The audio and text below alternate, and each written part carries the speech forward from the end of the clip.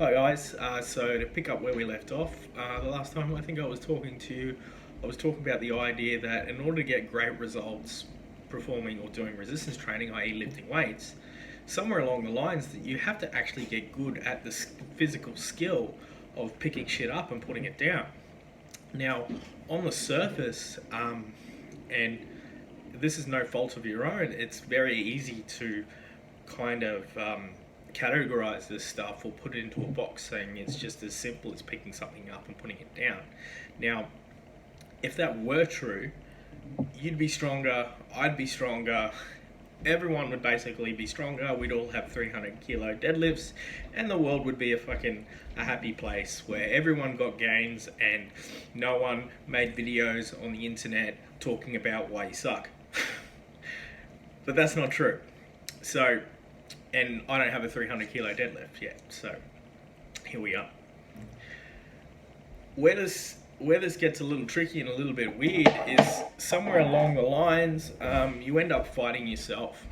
It's a battle with yourself in terms of accepting, admitting where you're at, putting your hand up, saying that you need help, and coming to the realization, the idea that there's a little bit more to picking this thing up and putting it down. There's this whole world of technique, and there's this whole world of programming and nutrition and all this other stuff that goes into making someone strong. But before all that can happen, there has to be a change here. There has to be this internal shift. You have to make a decision not only to take this seriously, not that you're not going to have fun, but in order to get the best result possible, you have to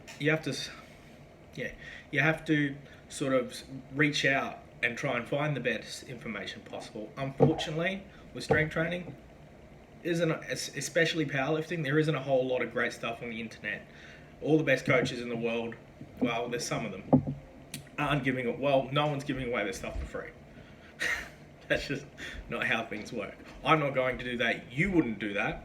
Like, would you give away your time or give away the best stuff, or like the best program you've ever written, or the best diet, or one of the best instructional videos that you've ever made? You probably wouldn't give that away for free unless you were in a position where you could. So going on the internet and reading this information, a lot of the times, a lot of it's poignant and a lot of it can be really, really helpful. But it's got to be relevant for you, because only you know where you're at, what you know, what you don't know. Only you can answer those kind of questions within reason. It's also one of those things where you don't know what you don't know. So a lot of the times you can be making mistakes or doing things right, not even being cognitively aware of what's going on with the process or how you got there in the first place. So some of the biggest lessons that I personally learned along the way is this idea that you're never done kind of working on technique. You're never done examining the process of how you go about things, because the moment you take the foot off the accelerator or stop looking, just stop searching for new information, you kind of stop getting better. And that remains true with most things in life, but especially training. If you're not on top of what you're doing all the time, especially because of how the repetitive nature of everything that we do, you tend to just take your foot off the pedal and not concentrate, or take your eyes off the road would probably be a better example. And playing with the radio or tapping the steering wheel, you're still doing what you're doing, but you're not focused. You're not focused on the task at hand. And because of that, all the little things that are required, say, to perform well in the gym or get good long-term results over time, are slowly diminished by a lack of concentration and a lack of focus on the task in the moment.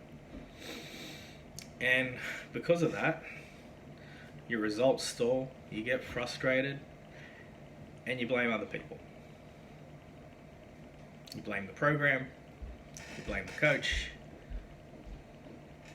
you blame the instructional video, but you don't blame yourself. And this is this is part of the whole theory of what I'm trying to get the message across. Is it starts with you. It starts with the decision you make to get better, the decision you make to find someone to reach out to get for help, and the decision to take ownership of the action. Strength isn't just physical. There's an internal process that goes on. There's a decision that needs to be made, and after that decision is made, there's an action. And every time you train, that process is happening. Every time you lift weights, that process is happening. And the more often you derail that process, the more you change things, and the less you realise that you're no longer looking at the road. You're fucking with your phone. You're thinking about something else. You're thinking about that girl on Tinder that hasn't messaged you back yet. All these little things derail the process and derail what you're trying to do. So I think I'm going to leave it there. That's enough ranting for one day, and I'll see you next time. Isaac out.